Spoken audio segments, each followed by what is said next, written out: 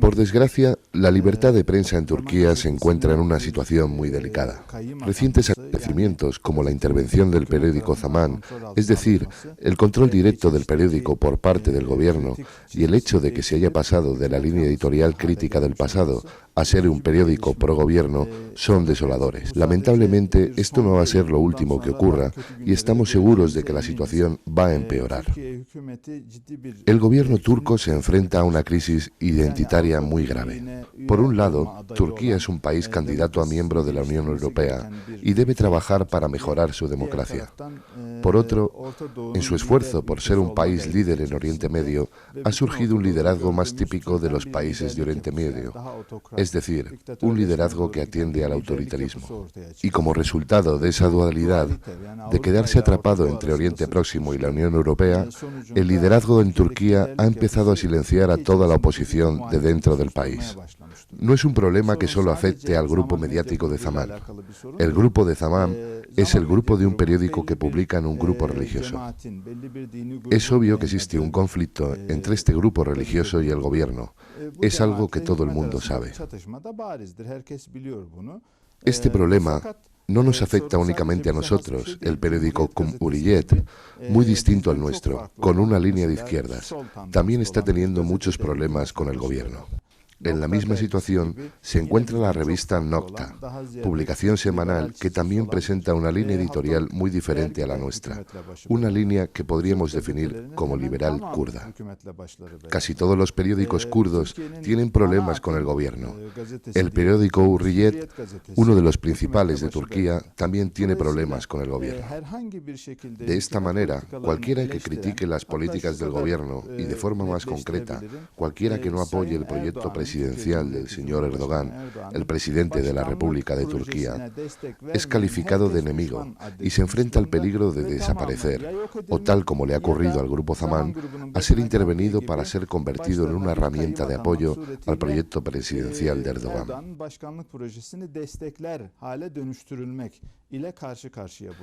Este proceso irá recrudeciéndose a lo largo de 2016, ya que Turquía ha logrado una posición para hacer un chantaje a los países occidentales debido al problema del ISIS en Siria, y se aprovecha muy bien de esta posición ventajosa, ya que ni la Unión Europea ni Estados Unidos se atreven a alzar la voz contra Turquía de forma clara.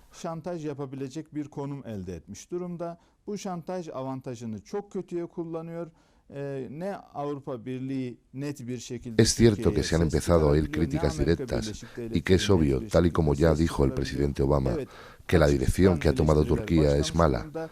Pero nadie desde Occidente ha mostrado la resolución para imponer una sanción a Turquía o transmitirle el mensaje de que se decida cuanto antes sobre hacia dónde se dirige el país.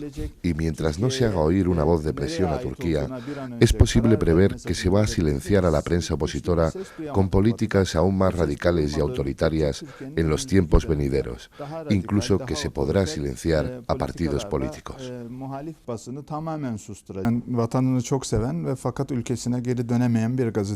Antes que nada, todos somos libres. Yo soy un periodista que quiere mucho a su país, pero que no puede regresar a él. En el mundo hay una crisis muy grave. Lo que ocurre en Turquía es una crisis de democracia. Un buen compañero del gremio, el periodista y presidente del Comité to Project Journalists, Joel Simon, acuñó una nueva palabra, democratador. Democratador es un término para referirse a aquellos líderes que llegan al poder a través de la democracia, pero que una vez en el poder empiezan a atender al autoritarismo. El señor Erdogan es un democratador. No es el único. En Rusia tenemos a otro ejemplo. El señor Putin también llega al poder a través de elecciones. Y si miramos el proceso por el que están pasando países como Hungría y Polonia, vemos cómo se dirigen de lleno a la democratadorización. El gobierno de Modi en la India sigue esta misma tendencia. Es algo que hemos visto muy a menudo en Latinoamérica. Se genera un culto alrededor de los líderes. Y sí, al llegar las elecciones, las ganaban con porcentajes de hasta el 90% de los votos. Llegan como la voz del pueblo, pero una vez en el poder lo empiezan a exprimir. Ahora en Turquía estamos pasando por esa misma crisis. Es la crisis de la democracia, y la democracia está obligada a superar esta crisis. crisis. De lo contrario, no prevemos que el problema se quede en el Bósforo de Estambul y puede amenazar en tiempos futuros a Europa. La experiencia de las dictaduras en Europa duró hasta la década de 1980. No es una experiencia completamente olvidada. Este es uno de los problemas. El segundo es la ubicación geoestratégica de Turquía, una ubicación muy crítica.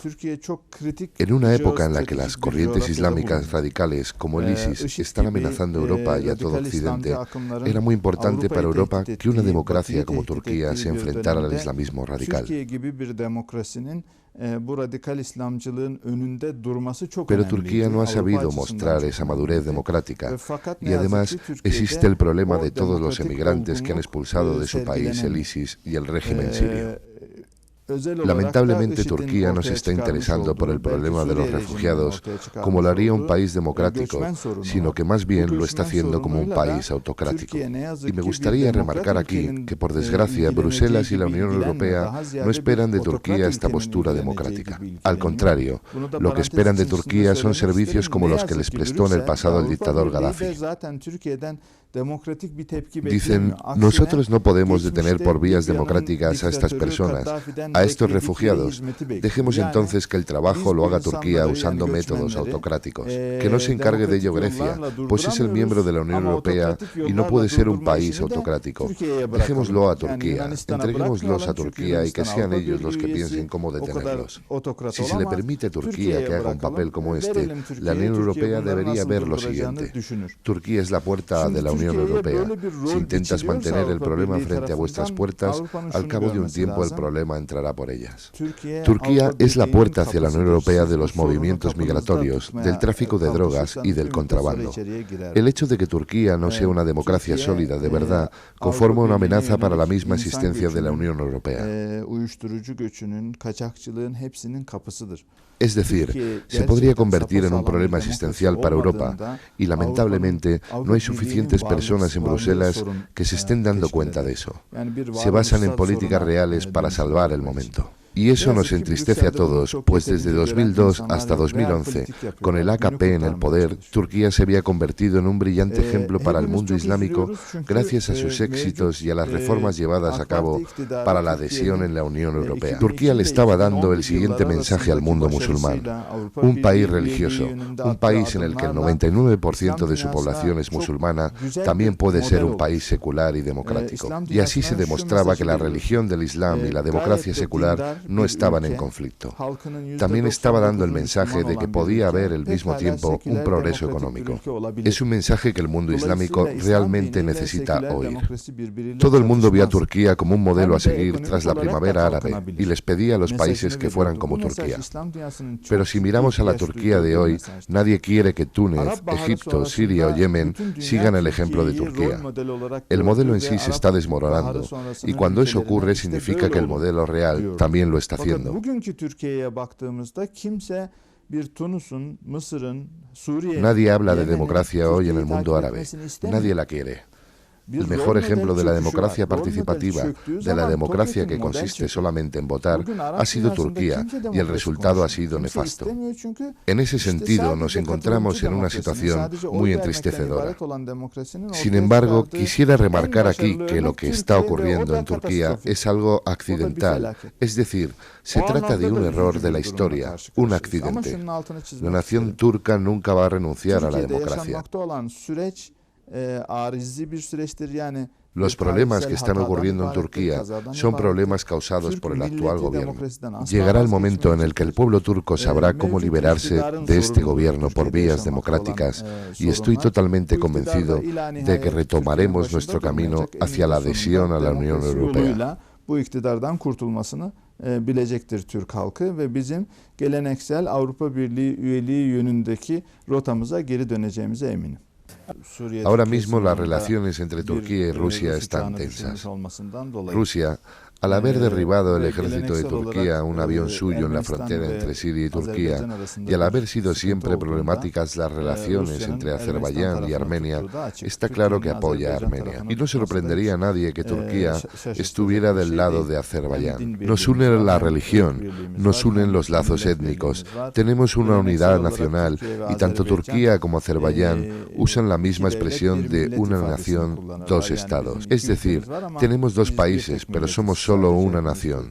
Todos somos turcos. Entonces, es impensable que Turquía no apoye las políticas de Azerbaiyán, país con el que mantiene el lazo de fraternidad. Y de hecho, las negociaciones de paz entre Turquía y Armenia, iniciadas en 2009, y las negociaciones para reabrir las fronteras entre ambos países, no lograron avanzar al poner a Azerbaiyán reservas en las negociaciones. Entonces, el problema fue la cuestión de Nagorno-Karabaj. Al no haber una solución para Nagorno-Karabaj, Azerbaiyán presionó para que las relaciones entre Armenia y Turquía no se restablecieran. Eso es necesario verlo. Azerbaiyán tiene poder de veto sobre Turquía. Eso no significa que Azerbaiyán pueda vetar cualquier tipo de relación entre Turquía y Armenia, y hay que entenderlo. Pero también es necesario ver lo siguiente. Si las relaciones de Turquía de hoy con el mundo fueran mucho mejores y hubiera un partido en el poder que contara con el apoyo de la OTAN, Turquía podría ejercer un papel mucho más efectivo para superar con más comodidad las tensiones existentes entre Azerbaiyán y Armenia. Entonces, podría hacer imponer una postura a Azerbaiyán y las relaciones con Armenia serían mucho mejores. Turquía podría ejercer con facilidad de intermediario entre ambos países, pero hoy, lamentablemente, Turquía ha perdido esa posición. En el pasado hubo brillantes intentos de ejercer de intermediario entre Siria e Israel. Se intentó hacer de intermediario entre Hamas e Israel y entre Pakistán y Afganistán. Es una pena, pero Turquía no puede ejercer hoy de intermediario entre Armenia y Azerbaiyán por una región montañosa, la de Karabaj, que le repercute de forma directa. Ha perdido esa capacidad y al no poder hacerlo, hace lo único que sí puede, apoyar a Azerbaiyán. Y al respecto, lo que puede hacer reside en echar toda la culpa a Armenia. Yo no soy quien para cuestionar quién es el culpable. De hecho, en las relaciones internacionales nunca hay una parte culpable y una parte inocente, pues siempre ambas partes tienen intereses en el juego. Lo que quiere asegurar Armenia es especialmente esto: que Azerbaiyán se dirija y hable con los dirigentes de Nagorno-Karabaj, que solucione el problema con ellos, es decir, que reconozca legítimamente al gobierno de Nagorno-Karabaj. Eso es lo que intenta hacer e intenta atraer al mundo hacia esa postura. Por otro lado, Azerbaiyán está en posición muy fuerte militarmente gracias a los dólares que el petróleo le suministra. Azerbaiyán quiere solucionar por la fuerza militar el problema de Nagorno-Karabaj, que lleva años sin solución, y el de los 8 pequeños cantones ocupados en la actualidad por Armenia. Hay algo que me gustaría remarcar aquí, y es que este proceso no dificulta únicamente las relaciones entre Turquía y Rusia, sino también las relaciones entre Turquía e Irán. Irán, tradicionalmente, se ha posicionado del lado de Armenia por tener viviendo en su país casi cerca de 20 millones de azeríes. Irán, tradicionalmente, se ha posicionado al lado de Armenia por tener viviendo en su país casi cerca de 20 millones de azeríes. Irán siempre ha estado preocupado por la posibilidad de que los azeríes de su país jugaran un papel separatista y por ello siempre han mantenido una relación distante con Azerbaiyán. En la actualidad hay un acuerdo militar entre Armenia e Irán. Así, la región armenia cuenta tanto con Rusia como con Irán.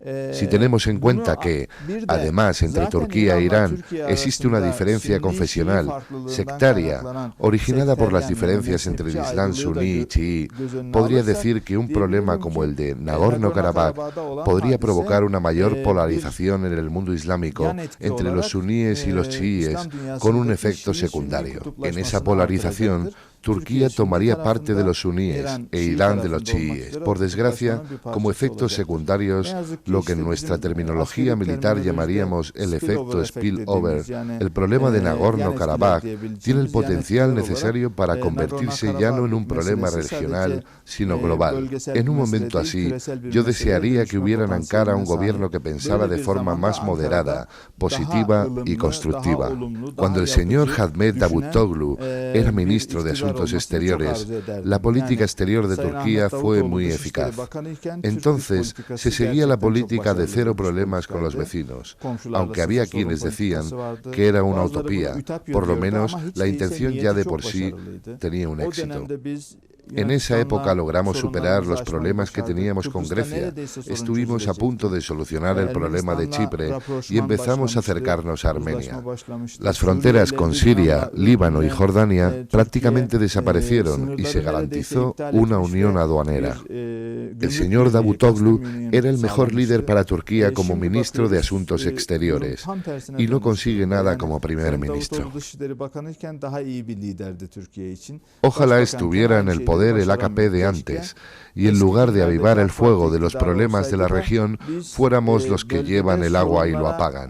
Ateş taşıyan taraf değil de sorunlara su taşıyan, söndürmeye çalışan taraf olsaydık.